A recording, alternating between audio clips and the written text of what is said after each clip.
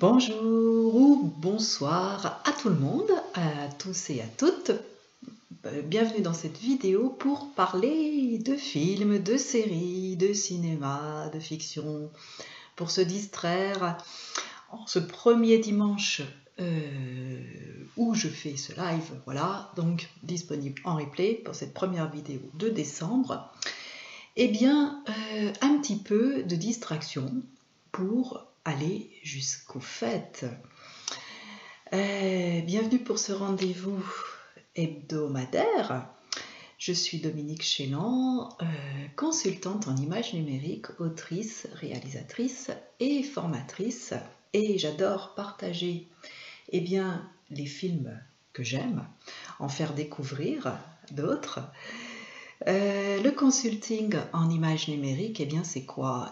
C'est que j'ai découvert en 2000, oui, Internet, non, pas Internet, disons que j'ai construit un site Internet, que je réalise des vidéos depuis plus de 30 ans et qu'aujourd'hui, avec ce passage à la vidéo, pour les professionnels, pour aussi peut-être bien les particuliers, ou en tout cas lorsque nous sommes employés ou tout simplement entrepreneurs, c'est quelque chose à travailler. Et peut-être que parfois il y a certaines peurs vis-à-vis de cette image de soi, qui est projetée dans l'univers des autres. Peut-être que nous le vivons comme une intrusion des fois. Donc tous mes trucs et mes astuces sont principalement sur mon site www.myrtil.com, myrtil.com, là où vous pouvez prendre un rendez-vous avec moi pour que je vous fasse un diagnostic gratuit de votre image numérique. L'image numérique, ça peut aller, ça peut être le site, ça peut être les vidéos si vous en faites, ça peut être les mails, ça peut être l'écriture, les posts, voilà. J'interviens à tout niveau pour bien booster son image, pour aider à travailler un petit peu plus facilement dans cette période un petit peu complexe et qui peut-être peut devenir simple, facile et efficace. Alors pour décembre, je parle de thèmes en général dans ces vidéos hebdomadaires qui sont maintenant, depuis, ce sera la deuxième fois, à retrouver en VOD sur ma chaîne YouTube, Dominique Chélan, YouTube. Donc à chaque fois je choisis un thème, et là jusque Noël je choisis du feel good. Alors le feel good, j'ai découvert ça avec les romans. Donc le feel good, c'est ce qui fait que quand je le lis, quand je le regarde, que ce soit une série ou un film ou un téléfilm ou une émission, peu importe, qui fait que je me sens bien. Feel good, c'est ça, se sentir bien. Et je me dis que jusqu'au fait, il est peut-être bien, en tout cas plus agréable, de regarder un petit peu des choses qui nous font du bien. Alors sur mon compte Instagram, Dominique F. Chélan, je crois, à retrouver pareil en bas de mon site www.myrtil.com, myrtil.com. Les clics nous emmènent là où nous voulons, parfois un petit peu plus loin, et c'est ça qui fait que nous passons beaucoup de temps parfois sur nos smartphones, sur nos ordinateurs, nos tablettes. Alors, un des premiers films à regarder en famille. Donc sur mon compte Instagram, un film par jour ou une série. À regarder en famille, moi perso, même adulte, j'adore regarder ce genre de film. C'est L'Apprenti Père Noël, un film d'animation français de Luc Vinciguerra, réalisé en 2010 et qui a donné lieu, je l'ai vu là récemment, à une série. Voilà, donc l'apprenti Père Noël, c'est un petit garçon qui s'appelle Nicolas et qui se retrouve propulsé malgré lui dans la fabrique de jouets du Père Noël, et il s'avère que le Père Noël finalement c'est un petit peu quelqu'un comme vous et moi. Enfin, vous et moi, peut-être un petit peu plus comme certains et certaines, plutôt que moi. Hein. Le Père Noël, je ne sais pas. Cette émission, je le rappelle, est accessible aux enfants jusqu'aux fêtes, puisqu'il y a eu d'autres thèmes qui étaient un petit peu plus hard en tout cas. L'apprenti Père Noël, donc ce petit Nicolas qui est amené à devenir le prochain Père Noël. Et oui, cette jolie histoire nous raconte que eh bien, le Père Noël un jour prend sa retraite et il a un successeur. Et chaque Père Noël s'appelle Nicolas. Et voilà, les histoires, eh bien, elles sont faites pour nous aider à vivre tout court, puisque nous vivons notre propre histoire déjà, l'histoire que nous nous racontons. Et moi, je crois profondément que les fictions, les histoires qui nous sont racontées, nous font grandir. Et c'est pour ça que depuis que j'ai commencé à apprendre à lire, je lis des romans. Et quand j'ai commencé à m'intéresser au cinéma, j'ai regardé des films et ensuite des séries, peut-être même les séries avant le cinéma, ou en tout cas c'était un petit peu concomitant. Un autre film fabuleux d'animation aussi, qui est le Pôle Express de Robert Zemeckis, réalisé en 2004. Donc pensez à vous abonner à ma page si ce n'est pas encore fait. Likez, parce que c'est comme ça que gratuitement, je sais que le like c'est le côté récompense, autant pour la personne qui est en vidéo comme moi que celui ou celle qui clique sur le like. Moi je mets des cœurs maintenant, alors j'utilise encore parfois le pouce assez rarement. Et surtout, posez des questions et faites des commentaires. Donc dans la mesure du possible, je réponds à tous les commentaires. Donc désolé d'avance si je rate certains commentaires.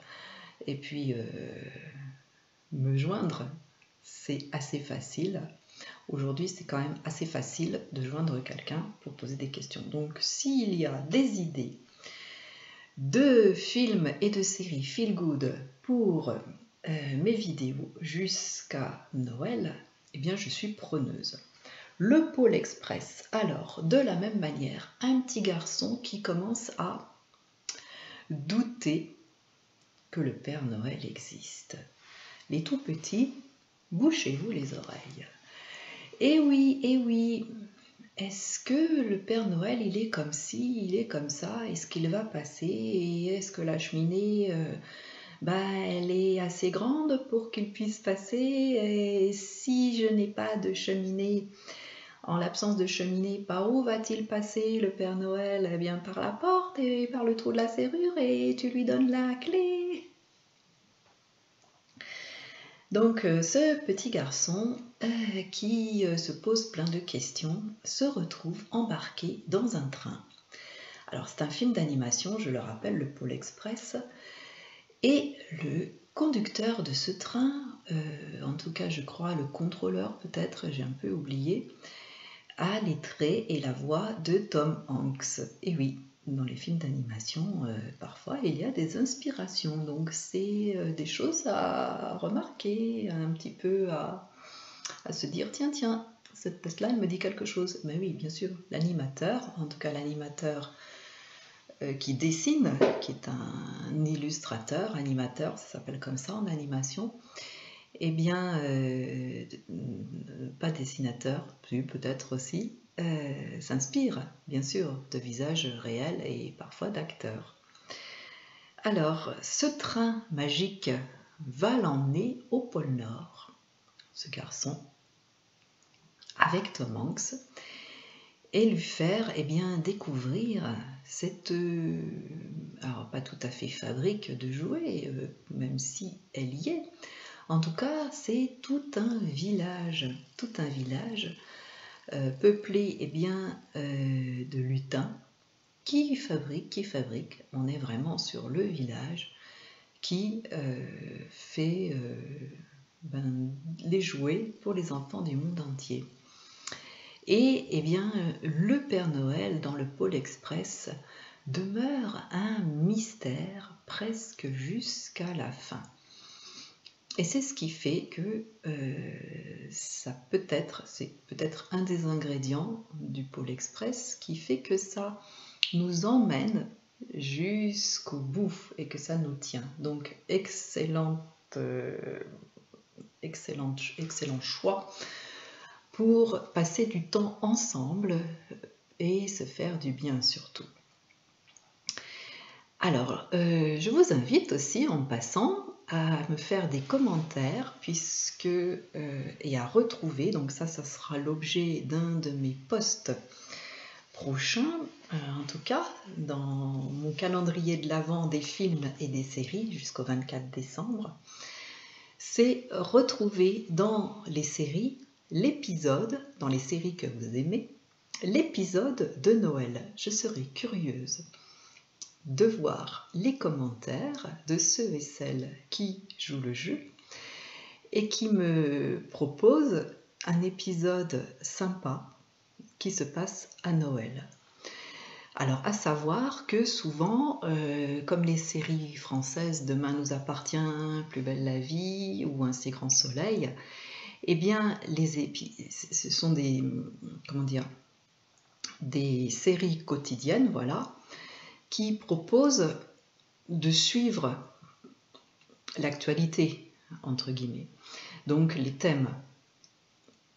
Donc, il y a des épisodes de Noël, et à savoir, c'est intéressant et rigolo en même temps de le savoir, que les épisodes de Noël sont tournés en septembre.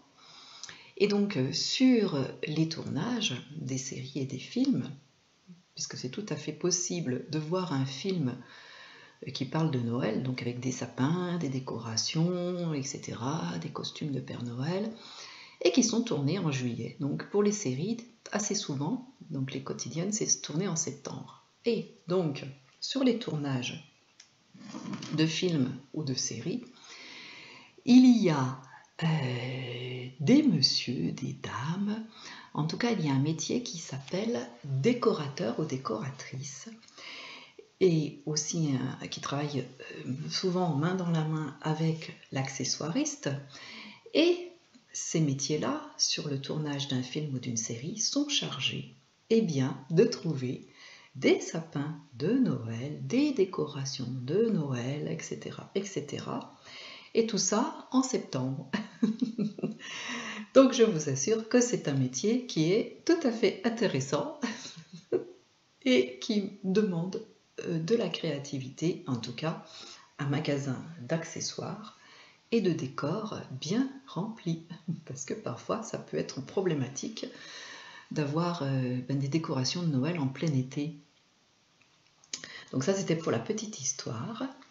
Donc j'attends vos épisodes, donc la saison et l'épisode de la série où il y a le moment de Noël qui est proposé dans cette série que vous regardez et que vous aimez.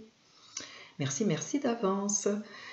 Alors, un qui se passe, et oui, peut-être que vous l'avez oublié, mais c'est quand même dans la période de Noël que le film Les Gremlins de Joe Dante, sorti en tout cas en 1984, eh bien oui, il y a Noël dans les Gremlins. Alors, les Gremlins, pour ceux et celles qui ne connaissent pas, un bref pitch, un petit animal qui s'appelle... Alors ça y est, j'ai oublié. Si quelqu'un peut me venir en aide sur comment s'appelle le petit animal au début, qui est découvert dans une boutique, une arrière-boutique même, par un jeune garçon, et qui le veut en cadeau finalement. Donc, en tout cas, c'est son père qui le découvre et qui se dit « c'est le cadeau idéal pour mon fils ». et il marchande, il négocie, et il réussit à avoir ce petit animal. Et ce petit animal, eh bien, il a des particularités. Donc les particularités que peut-être certains connaissent, même sans avoir vu ce film des Gremlins, c'est ne pas lui donner à manger après minuit, ne pas le mouiller. Alors je crois qu'il n'y a que ça. Je crois qu'il y a un troisième truc et j'ai oublié lequel. En tout cas, ces deux particularités de ne pas lui donner à manger, donc éviter de lui donner à manger après minuit et éviter de le mouiller, et bien évidemment, quand il y a des choses à respecter, souvent, parce que pour le film Les Gremlins, c'est du registre du fantastique, même si ça commence par le merveilleux. Ce petit animal, eh bien sûr, va accidentellement, bien sûr, être mouillé et mangé après minuit. Et lorsque cela arrive, eh bien, il ressemble à extérieurement une jolie petite peluche, très mignonne. Et lorsque ça arrive, il mange, il est mouillé, et c'est là qu'il devient Gremlins. Il y a notamment une scène, donc il devient Gremlins, et il devient même à l'infini Gremlins. Donc le Gremlins est tout à l'opposé de ce petit animal tout mignon du début. Voilà. Alors il s'appelle Gimzo, je crois. Je crois, pas sûr. Donc j'ai vraiment besoin d'aide là, dans les commentaires. Merci, merci. Et dans le film donc Les Gremlins, eh bien il y a un sapin de Noël, il y en a même plusieurs, il y a des décorations, en tout cas il y a des scènes succulentes, il y en a même une dans une salle de cinéma, avec un film eh bien, que les fameux Gremlins se regardent, c'est souvent des clins d'œil des réalisateurs pour proposer de passer leur film préféré ou un petit peu faire une mise en abîme, ce qu'on appelle. Dans le même style et qui est sorti 2 ans avant, Gremlins c'était 1984, en 1982 il y avait E.T. Alors E.T. Qui est extraterrestre, un film de Spielberg, pareil, je pense qui est passé dans les classiques. Et non, pas souvenir, je ne me souviens pas, j'ai en tout cas oublié qu'il puisse y avoir des scènes de Noël. Ce qu'il y a, c'est que c'est un film qui est très agréable en ces périodes de fête. Donc, eh bien, c'est, comme son titre l'indique, un extraterrestre qui arrive sur Terre. Et comme souvent, Spielberg, si vous remarquez, il a fait nombre de films avec des enfants comme héros, et c'est le cas dans E.T., donc un jeune garçon qui découvre cet extraterrestre, qui se retrouve seul et n'a qu'une envie, c'est retourner chez lui. E.T., c'est un grand moment à partager entre petits et grands, c'est une découverte. Je dirais que même les petits peuvent être intéressés par E.T.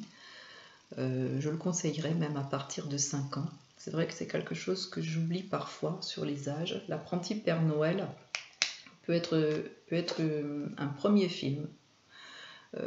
Moi perso, un grand film, ou en tout cas les sorties au cinéma, je les conseille à partir de 3 ans seulement. Accompagné, bien sûr, accompagné pour expliquer et raconter à l'enfant ce qui se passe. Donc l'apprenti Père Noël, oui, peut être un premier film, une première découverte d'un grand film dans une salle de cinéma. Donc là, bien la salle de cinéma, elle est chez soi. Le Pôle Express, pour les un peu plus grands, à partir de 5 ans. Alors les Gremlins, je dirais quand même 10, peut-être 10 ans quand même, 9-10 ans. E.T. Est accessible à partir de 5-6 ans aussi, voilà. Alors, je pense quand même aux plus grands, des choses à regarder en famille avec ses ados, ses pré-ados et jeunes adultes, c'est Grease, par exemple. Donc ça fait partie des films feel good que j'aime. Grease, c'est un film de Randall Gleiser de 1978. Et oui, ça commence à dater un peu. Alors, je reconnais que quand le gros avantage de regarder ce genre de film en vidéo, en tout cas, sans être obligé, entre guillemets, de rester bloqué dans son siège de cinéma, eh bien, c'est que c'est possible de faire avance rapide sur certains passages. Donc, Grease dans l'ensemble, une histoire assez banale. Donc, le garçon, il y a des bandes rivales, deux bandes rivales. Donc, on est dans 78, on est un petit peu issu sur ce côté West Side Story, les bandes rivales, donc dans une école. Donc, on est vraiment sur le côté gentil quand même, hein, vraiment loin de la fureur de vivre avec James Dean. J'adorerais encore parler dans une autre émission, une autre vidéo de la fureur de vivre et de James Dean. Il y a beaucoup de thèmes que je peux aborder, donc suivez-moi, soyez fidèles et faites des propositions. Donc Grease, c'est John Travolta et Olivia Newton-John, et c'est surtout John Travolta qui chante et qui danse. Et oui, John Travolta est encore dans sa gloire de Staying Alive, de La fièvre du samedi soir. Et Grease en fait partie. Enfin, en tout cas, une suite logique. Donc, ça a été un très grand succès, Grease. Ça fonctionne encore. Et comme je disais, il y a certains passages, autant musique que ces fameuses scènes qu'il y a entre les musiques et les chants et les danses qui sont peut-être un peu longs et qui sont peut-être qui ont un peu vieilli. Donc bien se replacer dans le contexte, nous sommes en 1978. Donc John Travolta qui appartient à une bande, chef de bande. Et de l'autre côté, eh bien l'amoureuse, la jeune fille Candide, avec transformation à la clé.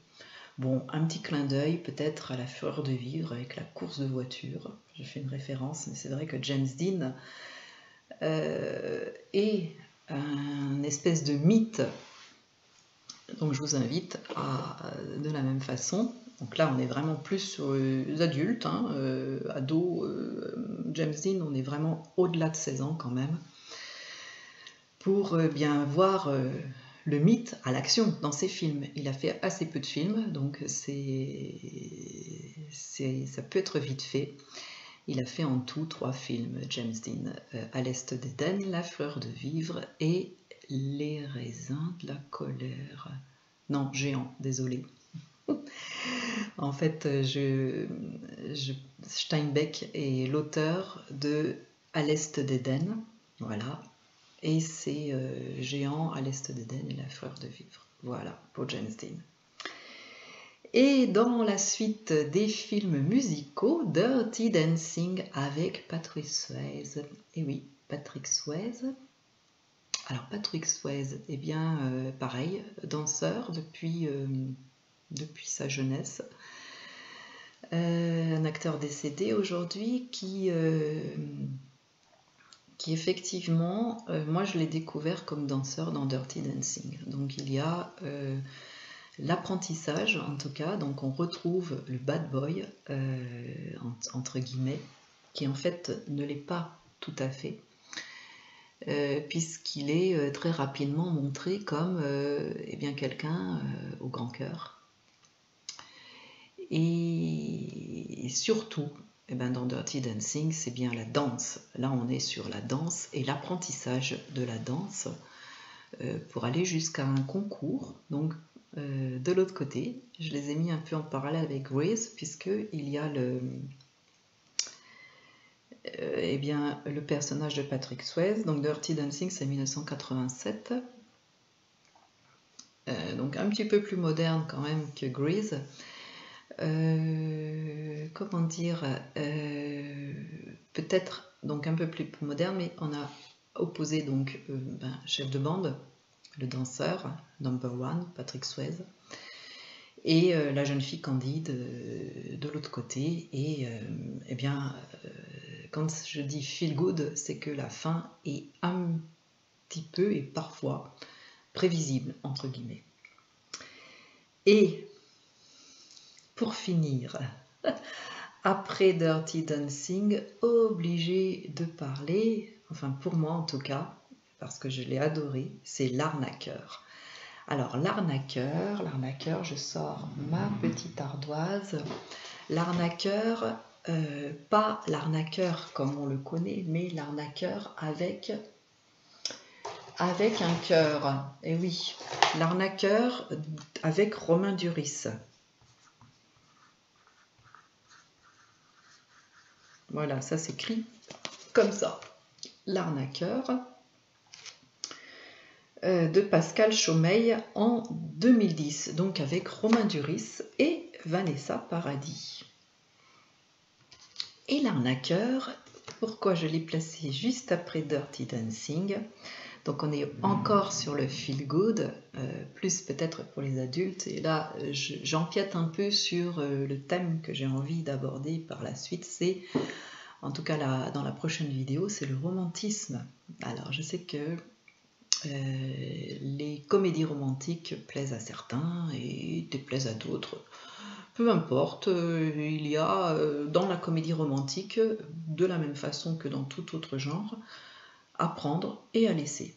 L'arnaqueur, sa particularité, c'est que le film justement Dirty Dancing est un des éléments qui est repris dans l'arnaqueur. Donc je reprends ma pancarte pour... Donc ça s'écrit bien de cette façon, l'arnaqueur. Alors, Dirty Dancing, l'idée de départ est vraiment super intéressante dans l'arnaqueur. Romain Duris joue le rôle d'un séducteur professionnel engagé par certaines personnes, et il est briseur de couple professionnel. Bien sûr, il a une éthique, etc. Donc, et une société il travaille en association avec, je crois, sa sœur et son beau-frère. Donc les rôles principaux, Romain Duris et Vanessa Paradis, je le rappelle, François Damiens et désolée, j'ai oublié l'actrice qui est excellente et qui joue le rôle de sa sœur. J'ai oublié son nom. Donc le principe, eh bien, c'est de séduire, voilà. Et pour séduire, eh bien, c'est connaître les goûts de la jeune femme. Et là, dans le cas précis, elle adore Dirty Dancing. Et ce qui est excellentissime, je l'ai vu un nombre de fois assez répété, l'arnaqueur, c'est que Romain Duris apprend à danser comme Patrick Swayze.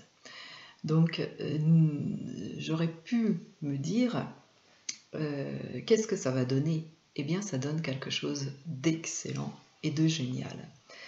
Et rien que pour ces moments, eh bien, ce film de l'arnaqueur vaut vraiment le coup à regarder en famille. Donc là, on est avec les grands ados pour passer un grand moment. Alors oui, il y a du romantisme, oui, il y a de la danse, oui, il y a de l'arnaque, et oui, il y a de l'humour, et puis peut-être parfois qu'il y a un peu d'humour potache. En tout cas, ouais, François Damiens apporte ce côté peut-être plus naïf. Et c'est ce qui fait que ça fonctionne vraiment, vraiment.